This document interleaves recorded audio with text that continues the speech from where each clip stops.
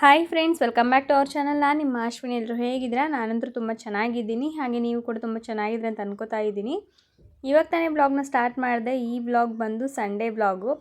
Sunday ಸ್ವಲ್ಪ ಕೆಲಸ ಎಕ್ಸ್ಟ್ರಾನೇ add ಮಾಡ್ಕೊಂಡಿದ್ದೆ. ಯಾಕಂತಂದರೆ ಡೈಲಿ ಕೆಲಸ ಮಾಡ್ತಾನೇ ಇರ್ತೀವಿ, ಆದರೆ ಸಂಡೇ ಒಂದು ಸ್ವಲ್ಪ ಫ್ರೀ ಸಿಗುತ್ತೆ. ಮಕ್ಕಳು ಸ್ಕೂಲಿಗೆ ಹೋಗಲ್ಲ, ಮನೇಲಿರ್ತಾರೆ. ಅವ್ರಿಗೇನಾದರೂ ಸ್ವಲ್ಪ ನಾಷ್ಟಕ್ಕೆ ಮಾಡಿಕೊಟ್ಬಿಟ್ಟು ಮನೆ ಸ್ವಲ್ಪ ಕ್ಲೀನಿಂಗ್ ಮಾಡ್ಕೊಳೋದು, ಹಾಗೆ ಸ್ವಲ್ಪ ನಮಗೇನಾದರೂ ಎಕ್ಸ್ಟ್ರಾ ಕೆಲಸ ಮಾಡ್ಕೊಳೋದಿದ್ರೆ ಅದನ್ನು ಮಾಡ್ಕೊಳೋದು, ಹಂಗೆಲ್ಲ ಮಾಡ್ತಾಯಿರ್ತೀನಿ. ಇವತ್ತು ಸ್ವಲ್ಪ ಬೆಳಗ್ಗೆ ಬೇಗ ಎದ್ದುಬಿಟ್ಟು, ಬೇಗ ಅಂತಂದರೆ ಒಂದು 6 ಗಂಟೆಗೆ ಎದ್ದಿದ್ದೆ. ಎದ್ದು ಇವಾಗ ಒಲೆ ಹಚ್ತಾ ಇದ್ದೀನಿ. ಕಟ್ಟಿಗೆ ಎಲ್ಲ ಜೋಡಿಸ್ಬೇಕು. ಕಟ್ಟಿಗೆ ಎಲ್ಲ ಕೂಡ ಖಾಲಿ ಆಗೋಯಿತು. ಏನಂದರೆ ನಾವು ಡೈಲಿ ಒಲೆ ಹಚ್ಚೋದ್ರಿಂದ ಕಟ್ಟಿಗೆ ಜಾಸ್ತಿ ಹೋಗುತ್ತೆ. ಮತ್ತು ಅಡುಗೆನೂ ಕೂಡ ಒಂದೊಂದು ಸಲ ಒಲೆಯಲ್ಲೇ ಮಾಡ್ಕೊತೀವಲ್ಲ, ಹಾಗಾಗಿ ಕಟ್ಟಿಗೆ ಅನ್ನೋದು ಬೇಗನೆ ಖಾಲಿ ಆಗ್ತತಿ. ಇವಾಗ ಒಲೆ ಹಚ್ತಾ ಇದ್ದೀನಿ. ನನ್ನ ಮಗ ಎದ್ಬಿಟ್ಟು ನನಗೆ ವಿಡಿಯೋ ರೆಕಾರ್ಡಿಂಗಿಗೆ ಸ್ವಲ್ಪ ಹೆಲ್ಪ್ ಮಾಡ್ತಾ ಇದ್ದಾನೆ. ಒಂದೊಂದು ಸಲ ಅವನು ಬೇಗನೆ ಎದ್ಬಿಡ್ತಾನೆ. ಎದ್ಬಿಟ್ಟು ನನ್ನನ್ನು ಎದ್ದೇಳಿಸ್ತಾನೆ, ಅಮ್ಮ ಎದ್ದಾಳು, ಟೈಮ್ ಆಯಿತು ಅಂತ ಹೇಳಿ. 5 ಗಂಟೆಗೆ ಎದ್ಬಿಡ್ತಾನೆ, ಇಲ್ಲ 4 ಗಂಟೆಗೆ ಎದ್ಬಿಟ್ಟು ಅಮ್ಮ ಟೈಮ್ ಆಯಿತು ಎದ್ದೇಳು ಅಂತ ಹೇಳ್ತಾನೆ. ಟೈಮ್ ನೋಡಿ 4 ಗಂಟೆ ಏನಾದರೂ ಆಗಿದ್ದರೆ, ಮಲ್ಕೊಳ್ಳಪ್ಪ ಇನ್ನೂ 4 ಗಂಟೆ ಆಗಿದೆ, ನಾನು ಎದ್ದು ಕೆಲಸ ಮಾಡ್ಕೋತೀನಿ ಅಂತಂದರೂ ಕೂಡ ಕೇಳಲ್ಲ. ಇಲ್ಲ ಅಮ್ಮ ನನಗೆ ನಿದ್ದೆ ಬರ್ತಾಯಿಲ್ಲ, ನಾನು ನಿನ್ನ ಜೊತೆನೇ ಇರ್ತೀನಿ ಅಂತ ಹೇಳ್ಬಿಟ್ಟು ಎದ್ದು ನನಗೆಲ್ಲ ಹೆಲ್ಪ್ ಮಾಡ್ತಿರ್ತಾನೆ. ಅಂದರೆ ವಿಡಿಯೋ ರೆಕಾರ್ಡಿಂಗ್ ಮಾಡ್ಕೊಳಕ್ಕೆ, ಏನಾದರೂ ಕೆಲಸ ಮಾಡ್ತಾಯಿದ್ರೆ ಅದಕ್ಕೆ ಸ್ವಲ್ಪ ಹೆಲ್ಪ್ ಮಾಡೋದು, ತರಕಾರಿ ಏನಾದರೂ ಜೋಡಿಸ್ಕೊಳ್ತಾಯಿದ್ರೆ ಅದನ್ನು ಜೋಡಿಸೋದಕ್ಕೆ ಬರೋದು, ಮತ್ತು ಒಲೆ ಏನಾದರೂ ಹಚ್ಚಿದೆ ಅಂದರೆ ಒಲೆ ಮುಂದೆನೇ ಕೂತ್ಕೊಂಡು ಕಟ್ಟಿಗೆ ಎಲ್ಲ ಒಲೆ ಒಳಗಡೆ ಇಡ್ತಾ ನೀರು ಕಾಯಿಸೋದು, ಹಂಗೆಲ್ಲ ಮಾಡ್ತಾನೆ. ಬರ್ತಾ ಅವನಿಗೂ ಕೂಡ ಸ್ವಲ್ಪ ಹೆಲ್ಪ್ ಮಾಡಬೇಕು ಅನ್ನೋದು ಕೂಡ ಅವನಿಗೂ ಅರ್ಥ ಆಗ್ತಾಯಿದೆ. ಹಾಗಾಗಿ ಅವನು ನನಗೆಲ್ಲ ಹೆಲ್ಪ್ ಮಾಡ್ತಾ ಇರ್ತಾನೆ. ಅಮ್ಮನೂ ಕೂಡ ಹೇಳ್ತಿರ್ತಾರೆ, ಅಮ್ಮಂಗೆ ಹೆಲ್ಪ್ ಮಾಡಬೇಕು ಕಣಪ್ಪ, ಯಾಕಂದರೆ ಎಲ್ಲ ಕೆಲಸನೂ ಕೂಡ ಇವಾಗ ಅವಳೇ ಮಾಡ್ತಿರ್ತಾಳೆ. ಹಾಗಾಗಿ ಸ್ವಲ್ಪ ಏನಾದ್ರು ಕೇಳೋದು ಅಥವಾ ಅಂಗಡಿಗೆ ಹೋಗೋದು, ಮನೆ ಕೆಲಸ ಮಾಡೋದು, ಹಂಗೆಲ್ಲ ಮಾಡಬೇಕು ಅಂತೆಲ್ಲ ಹೇಳ್ತಾರೆ. ಹಾಗಾಗಿ ಸ್ವಲ್ಪ ಏನಾದ್ರು ನಾನು ಹೇಳೋಕ್ಕೂ ಮುಂಚೆನೇ ಅವನೇ ಕೆಲಸಕ್ಕೆಲ್ಲ ಹೆಲ್ಪ್ ಮಾಡ್ತಿರ್ತಾನೆ. ಇವಾಗ ಅಮ್ಮ ಕಸ ಗುಡಿಸ್ತಾ ಇದ್ದಾರೆ.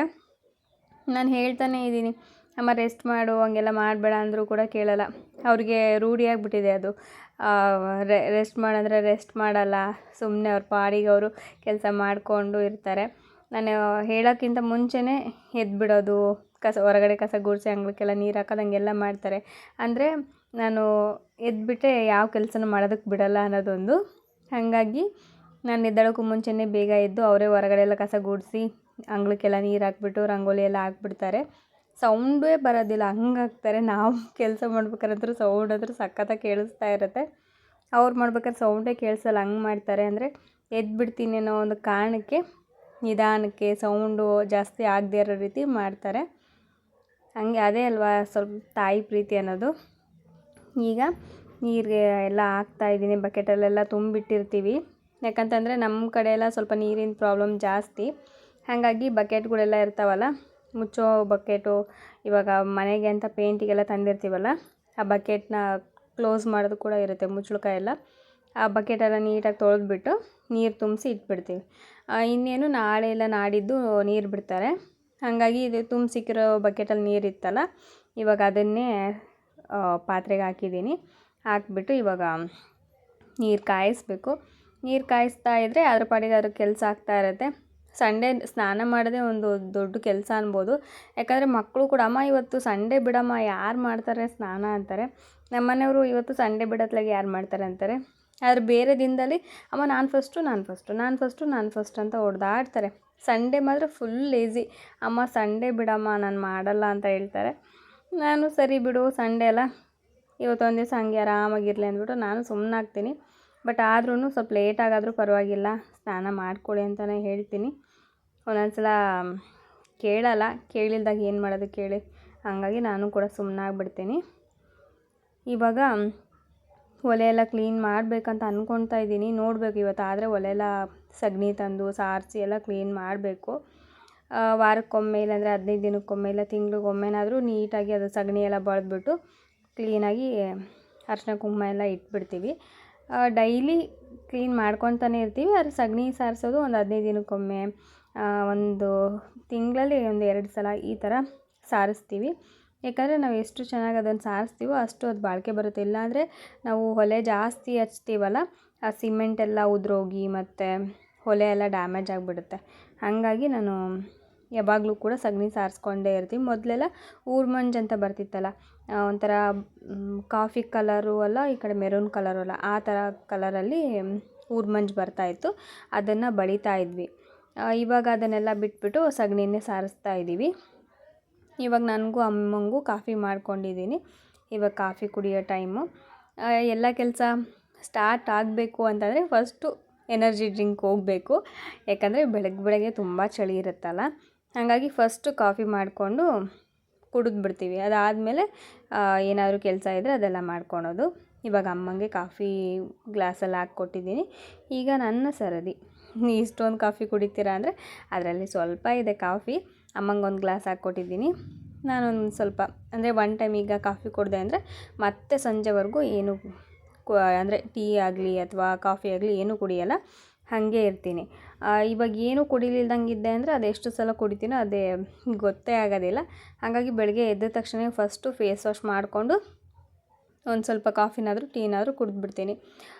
ಎಷ್ಟು 9 ಗಂಟೆ ಆದ್ರೂ ಕೂಡ ಎಷ್ಟು ಚಳಿ ಇರುತ್ತೆ ಅಂದರೆ ತುಂಬ ಚಳಿ ಇರುತ್ತೆ. ನಮಗೆ ಅನಿಸುತ್ತೆ, ಯಪ್ಪ ನಮ್ಮ ಮನೆ ಬೀದಿಲಿ ಒಂದು ಮರ ಇಲ್ಲ, ಏನಿಲ್ಲ, ಆದರೂ ಇಷ್ಟೊಂದು ಚಳಿ ಇದೆ. ಹಳ್ಳಿಗಳಲ್ಲಿ ಅಥವಾ ಹೊಲಗಳಲ್ಲಿ ಮನೆಗಳೆಲ್ಲ ಇರುತ್ತಲ್ವ, ಅಲ್ಲಿ ಎಷ್ಟು ಚಳಿ ಇರಬೇಡ, ಪಾಪ ಅವರು ಹೆಂಗಿರ್ತಾರೆ ಅಂತ ಅನಿಸ್ಬಿಡುತ್ತೆ. ಯಾಕಂದರೆ ಅಷ್ಟು ತಣ್ಣಗೆ ವಾತಾವರಣ ಮಾತ್ರ. 9 ಗಂಟೆ ಆದ್ರೂ ಅದು ಚಳಿ ಅನ್ನೋದು ಹೋಗೋದೇ ಇಲ್ಲ, ಆ ಥರ ಇದೆ. ಇನ್ನೇನು ಶಿವರಾತ್ರಿವರೆಗೂ ನೋಡಿ, ನಮ್ಮ ಮನೆ ಹತ್ರ ಇರೋ ಕೋಳಿಗೆ ಇವಾಗ ಬೆಳಕಾಗಿದೆ, ಅದಕ್ಕೆ ಇವಾಗ ಕೂಗ್ತಾಯಿದೆ. ನಾನು ವಾಯ್ಸ್ ಓವರ್ ಕೊಡೋ ಟೈಮಲ್ಲೇ ಏನಾದರೂ ಒಂದಿರುತ್ತೆ, ಇಲ್ಲ ಯಾರಾದರೂ ಬಂದು ಮಾತಾಡ್ಸ್ತಿರ್ತಾರೆ, ಇಲ್ಲಾಂದರೆ ಈ ಥರ ಕೋಳಿ ಕೂಗುವಂಥ ಸೌಂಡ್ಗಳೆಲ್ಲ ಬರ್ತಾ ಇರುತ್ತೆ. ಏನೂ ಮಾಡೋದಕ್ಕಾಗಲ್ಲ. ಇವಾಗ ತಲೆಗೆ ಮೆಹಂದಿ ಹಾಕ್ಕೊಂಡಿದ್ದೀನಿ. ತುಂಬ ದಿನ ಆಗೋಯ್ತು. ತುಂಬ ದಿನ ಅನ್ನೋದಕ್ಕಿಂತ ಒಂದು 2 ತಿಂಗಳು 3 ತಿಂಗಳು ಆಗೋಯ್ತು ನಾನು ತಲೆಗೆ ಮೆಹಂದಿನೇ ಹಾಕಿರಲಿಲ್ಲ. ಇವತ್ತು ಮೆಹಂದಿ ಹಾಕ್ಕೊಂಡಿದ್ದೀನಿ. ಆ ಮೆಹಂದಿ ಎಲ್ಲ ಡ್ರೈ ಆಗೋಷ್ಟರಲ್ಲಿ ಆ ಟೈಮಲ್ಲಿ ಏನಾದರೂ ಮನೆ ಕೆಲಸ ಕ್ಲೀನಿಂಗ್ ಮಾಡ್ಕೊಳ್ಳೋಣ. ಇವತ್ತು ಸಂಡೇ ಬೇರೆ ಅಲ್ಲ, ಹಾಗಾಗಿ ಇವತ್ತು ಮನೆ ಕ್ಲೀನಿಂಗ್ ಎಲ್ಲ ಮಾಡ್ಕೊಳ್ತಾ ಇದ್ದೀನಿ.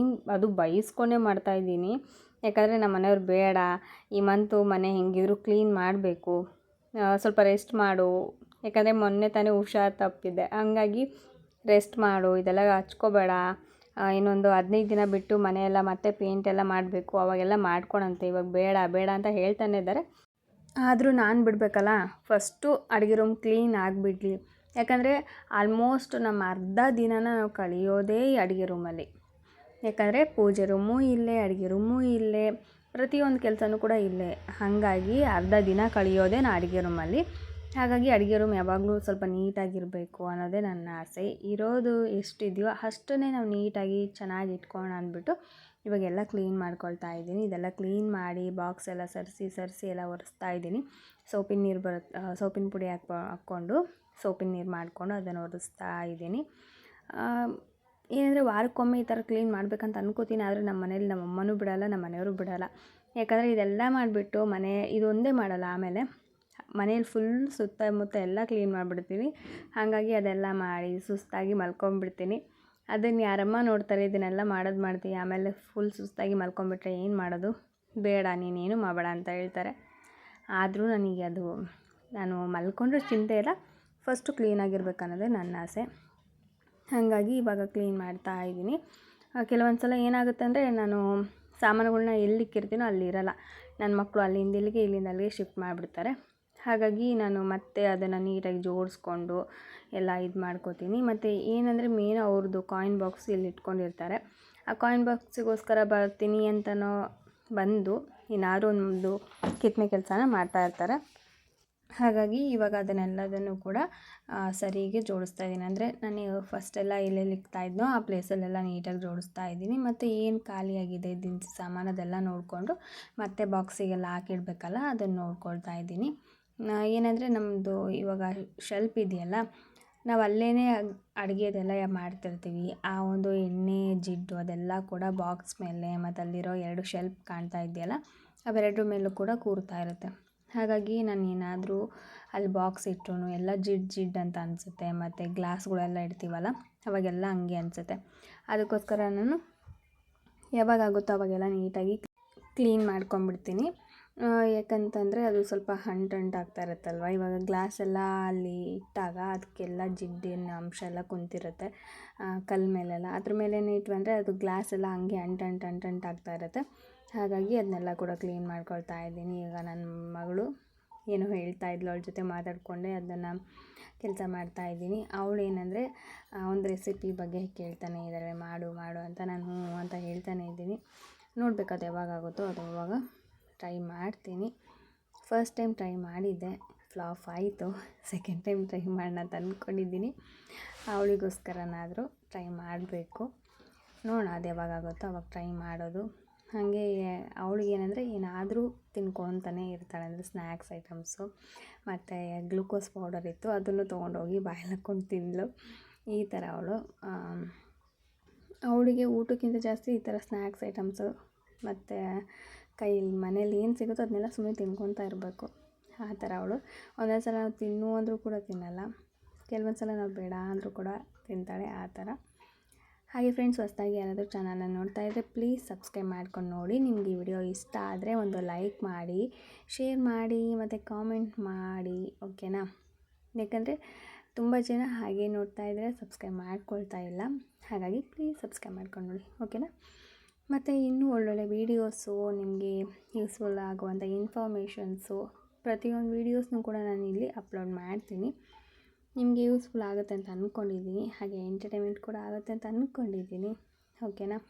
ಇವಾಗ ಇದನ್ನೆಲ್ಲ ಕ್ಲೀನ್ ಮಾಡಿ, ಆಮೇಲೆ ಮನೆ ಒಳಗಡೆ ಎಲ್ಲ ಹಾಲು ಅದೆಲ್ಲ ಕ್ಲೀನ್ ಮಾಡ್ಕೋಬೇಕು.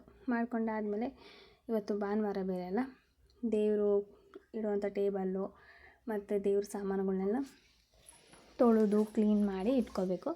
ಯಾಕಂದರೆ ನಾಳೆ ಸೋಮವಾರ ಇರೋದ್ರಿಂದ ಇವತ್ತೇ ಎಲ್ಲ ಕ್ಲೀನ್ ಮಾಡಿ ಎಲ್ಲ ಫೋಟೋಸ್ ಎಲ್ಲ ತೊಳೆದು ಇಟ್ಕೊಂಡ್ಬಿಡ್ತೀನಿ. ನೆಕ್ಸ್ಟು ನಾಳೆ ಬೆಳಗ್ಗೆ ಎದ್ಬಿಟ್ಟು ಹೂವು ಎಲ್ಲ ಮುಡಿಸಿ ಪೂಜೆನ ಮಾಡ್ತೀವಿ. ಅವತ್ತೇ ಎಲ್ಲ ಕ್ಲೀನಿಂಗ್ ಮಾಡಿಕೊಂಡು ಅವತ್ತೇ ಪೂಜೆ ಮಾಡಬೇಕಂದ್ರೆ ಅದು ಆಗದಿರೋ ಕೆಲಸ. ಯಾಕಂದರೆ ನನಗೆ ಬೆಳಗ್ಗೆ ಪೂಜೆ ಆಗಬೇಕು. ಅದಕ್ಕೋಸ್ಕರ ಒಂದು ದಿನದ ಮುಂಚೆನೇ ಎಲ್ಲ ಒರೆಸಿ ಎಲ್ಲ ನೀಟಾಗಿ ಜೋಡಿಸ್ಬಿಡ್ತೀನಿ. ಅವತ್ತೇ ಮಾಡ್ಕೋಬೇಕಂದ್ರೆ ತುಂಬ ಫೋಟೋಸ್ ಇರೋದ್ರಿಂದ ಅದು ತುಂಬ ಲೇಟ್ ಆಗುತ್ತೆ. ಮತ್ತು ಮಕ್ಕಳು ಸ್ಕೂಲಿಗೆಲ್ಲ ಪ್ರಾಬ್ಲಮ್ ಆಗುತ್ತೆ. ಅದಕ್ಕೋಸ್ಕರನೇ ಈ ಥರ ಮಾಡ್ಕೋತೀನಿ. ಏನಾದರೂ ಕಡಿಮೆ ಫೋಟೋಸ್ ಎಲ್ಲ ಇತ್ತು ಅಂದಿದ್ರೆ ಅವತ್ತೇ ಎಲ್ಲ ಕ್ಲೀನ್ ಮಾಡ್ಕೊಂಡು ಅವತ್ತೇ ಮಾಡ್ಕೊಳ್ತಾ ಇದ್ದೆ. ನಮ್ಮನೇಲಿ ಇನ್ನೂ ಆ ಫೋಟೋಸ್ ಇನ್ನೂ ಕಡಿಮೆನೇ. ಯಾಕಂತಂದರೆ ಇನ್ನೂ ಜಾಸ್ತಿ ಇತ್ತು. ಅದು ಕೆಲವೊಂದು ಮುಕ್ಕಾಗಿರ್ತಾವಲ್ಲ, ಅಂಥವನ್ನ ಮನೇಲಿ ಇಟ್ಕೋಬಾರ್ದು ಅಂತ ಹೇಳಿ ಅದನ್ನು ತೊಗೊಂಡೋಗಿ ದೇವಸ್ಥಾನದಲ್ಲಿ ಮತ್ತು ನದಿಲೆಲ್ಲ ಬಿಟ್ಬಿಟ್ಟಿದ್ದೀವಿ. ಮತ್ತು ಫೋಟೋಸ್ ಅವು ಯಾವೂ ಕೂಡ ಹೊಸ್ದಾಗಿ ಏನೂ ತಂದಿಲ್ಲ. ಎಷ್ಟಿದೆಯೋ ಅಷ್ಟರಲ್ಲೇ ಇದು ಮಾಡ್ತಾಯಿದ್ದೀವಿ. ಯಾಕಂದರೆ ಮತ್ತು ಜಾಸ್ತಿ ಫೋಟೋಸ್ ಕೂಡ ಇರಬಾರ್ದು ಅಂತಾರೆ. ಆದರೂ 1-2 ಫೋಟೋಸ್ ಇದ್ದರೆ ಕಣ್ಣು ತುಂಬಲ್ಲ ನನಗೆ. ಅಂದರೆ ಜಾಸ್ತಿ ಫೋಟೋಸ್ ಇರಬೇಕು, ಹೂವು ಎಲ್ಲ ಜಾಸ್ತಿ ಮುಡಿಸ್ಬಿಟ್ಟು ಪೂಜೆ ಎಲ್ಲ ಮಾಡಬೇಕಂತ ಆಸೆ. ಅದಕ್ಕೋಸ್ಕರನೇ ಫೋಟೋಸ್ ಎಷ್ಟಿದ್ರೂ ಕೂಡ ಅದನ್ನು ತೆಗೆಯೋದಕ್ಕೆ ಹೋಗಲ್ಲ. ನಮ್ಮನೇಲಿ ನೋಡ್ಬೋದು ನೀವು, ರಿಪೀಟೆಡ್ ಆಗಿರೋಂಥ ಫೋಟೋಸೇ ಜಾಸ್ತಿ ಇರೋದು. ಅಜ್ಜಯ್ಯನ ಫೋಟೋಸ್ ಎಲ್ಲ ಜಾಸ್ತಿ ಇದ್ದಾವೆ. ಯಾಕಂದರೆ ಅಮ್ಮಂಗೆ ಒಕ್ಕಲಿಗರಿಗೆ ಹೋದಾಗೆಲ್ಲ ಅವ್ರಿಗೆ ಯಾವ್ಯಾವ ಫೋಟೋ ಇಷ್ಟ ಆಗುತ್ತೋ ಅವ್ರ ಕಣ್ಣಿಗೆ ಬಿದ್ದಾಗ ಆ ಫೋಟೋಸ್ ಎಲ್ಲ ತರ್ತಾಯಿದ್ರು. ಇವಾಗ ಇನ್ನೂ ಸ್ಟಾಪ್ ಮಾಡಿದ್ದಾರೆ ಅವ್ರು ತರೋದು. ಇಲ್ಲ ಅಂದಿದ್ರೆ ಇನ್ನೂ ಜಾಸ್ತಿ ಆಗ್ತಾಯಿತ್ತು. ಇವಾಗ ತರೋದು ನಿಲ್ಲಿಸಿರೋದ್ರಿಂದ ಇಷ್ಟಕ್ಕೆ ಸ್ಟಾಪ್ ಆಗಿದೆ. ಇವಾಗ ಗ್ಯಾಸ್ ಸ್ಟವ್ ಎಲ್ಲ ಕ್ಲೀನ್ ಮಾಡ್ಕೊಂಡಿದ್ದೀನಿ. ಹಾಲು ಕಾಯಿಸೋದಿದೆ, ಹಾಗಾಗಿ ಹಾಲು ಕಾಯಿಸ್ಕೊಂಡೆ. ಏನೇನು ಕೆಲಸ ಎಕ್ಸ್ಟ್ರಾ ಇದೆಯೋ ಅದೆಲ್ಲ ಜೊತೆಗೆ ಎಲ್ಲ ಕೆಲಸ ಮಾಡಿಕೊಂಡು ನನ್ನ ಬ್ಲಾಗ್ ಕೂಡ ಕಂಟಿನ್ಯೂ ಮಾಡ್ತಾ ಇದ್ದೀನಿ. ಸೊ ಇಷ್ಟೇ ಫ್ರೆಂಡ್ಸ್ ಇವತ್ತಿನ ವೀಡಿಯೋ. ನಿಮಗೆ ವಿಡಿಯೋ ಇಷ್ಟ ಆದರೆ ಒಂದು ಲೈಕ್ ಮಾಡಿ, ಶೇರ್ ಮಾಡಿ, ಕಮೆಂಟ್ ಮಾಡಿ. ಹಾಗೆ ಸಬ್ಸ್ಕ್ರೈಬ್ ಮಾಡದೆ ನೋಡ್ತಾರೆ ಪ್ಲೀಸ್ ಸಬ್ಸ್ಕ್ರೈಬ್ ಮಾಡ್ಕೊಂಡು ನೋಡಿ.